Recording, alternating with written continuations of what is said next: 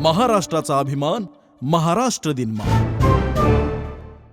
Sir, आपके द्वारा मैं पूछना चाहती हूँ कि एससी, एसटी और ओबीसी भारत की आबादी का एक बहुत बड़ा हिस्सा है, लेकिन ये समुदाय आज भी भेदभाव, सामाजिक बहिष्कार, आर्थिक पिछड़ेपन और सीमित अवसरों से चुनौतियों का सामना कर रहे हैं।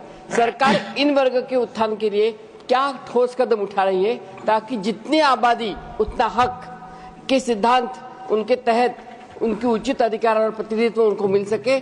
उसी के साथ क्या सरकार मार्जिनलाइज सेक्शन में समग्र विकास के लिए जातीय जनगणना करने के लिए प्रतिबद्ध है?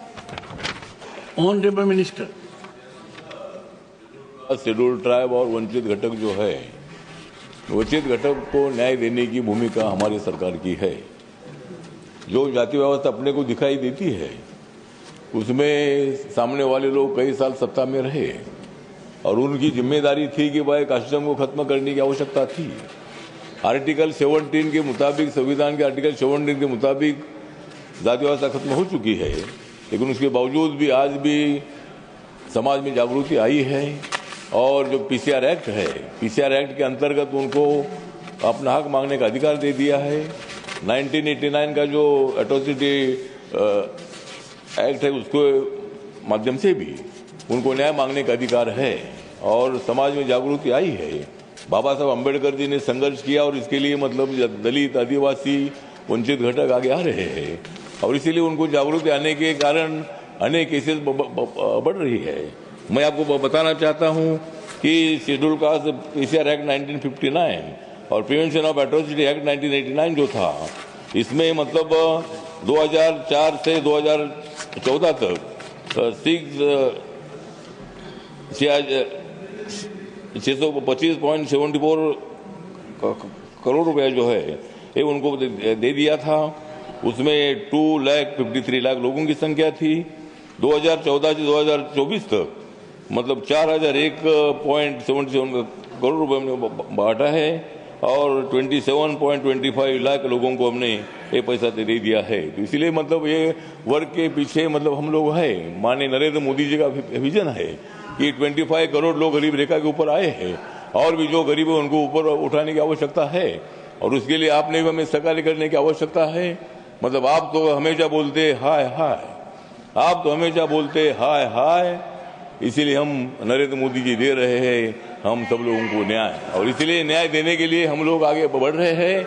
जो मांग रजनी पटेल जी की है, रजनी पाटिल हमारी अच्छी मैडम हैं और उन्होंने जो सवाल बहुत अच्छा पूछा है, इसलिए मैं उनका आभार व्यक्त करता हूं और सभी वर्गों को न्याय देने के लिए हमारी सरकार अध्यक्ष महोदय कटिबद्ध है और हम आगे बढ़ते रहेंगे। Supplementary number 2, Shrimati Rajni Ashok Rao Patil. मैं आपके द्वारा आठवले साहब को मेरी स्पेसिफिक सवाल पूछा था, उसका जवाब उन्होंने भाषण में दिया।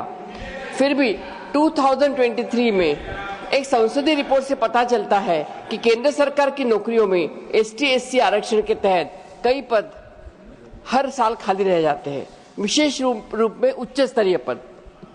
उसके अनुसूचित जाति और अनुसूचित जमाती के उम्मीदवार केवल निचले स्तर के ग्रुप सी टाइप नौकरियों के लिए चुने जाते हैं, तो सफाई कर्मियों के पदों पर ही उनका कोटा कंप्लीट होता है।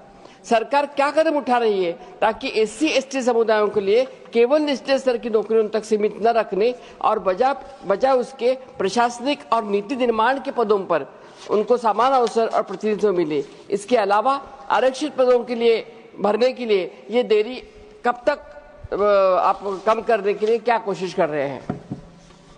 Honourable minister. आज चेयरमैन सर, मतलब शेड्यूल कास्ट के लिए 15% आरक्षण है, शेड्यूल ट्राइब के लिए 7.5% आरक्षण है, ओबीसी के लिए 27% आरक्षण है और इकोनॉमिक वीकर सेक्शन के लिए 10% आरक्षण है।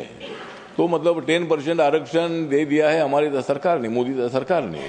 उसके पहले जो भी मतलब ये आरक्षण है तो भरने की जो सिस्टम होती है, सिस्टम में पूरा आरक्षण भरा जाता है और जिस तरह रजनी पाटिल जी ने बताया है कि भाई आरक्षण भरने के लिए हमारी कोशिश पूरी जारी है। जब भी रिक्रूटमेंट होती है तब आरक्षण भरा जाता है, वहाँ मतलब एक भी आंकड़ा इधर उधर नहीं होता है। अगर ऐसा कोई है तो आप मुझे जानकारी दीजिए, जरूर मतलब उसमें हम ध्यान दे देंगे। लेकिन जो आरक्षण होता है, इस आरक्षण को पूरा भरने की जिम्मेदारी हमारी है। उस घटक को उनका अधिकार मिलना चाहिए, हक मिलना चाहिए, इसके लिए हमारी कोशिश जारी है। अध्यक्ष महोदय।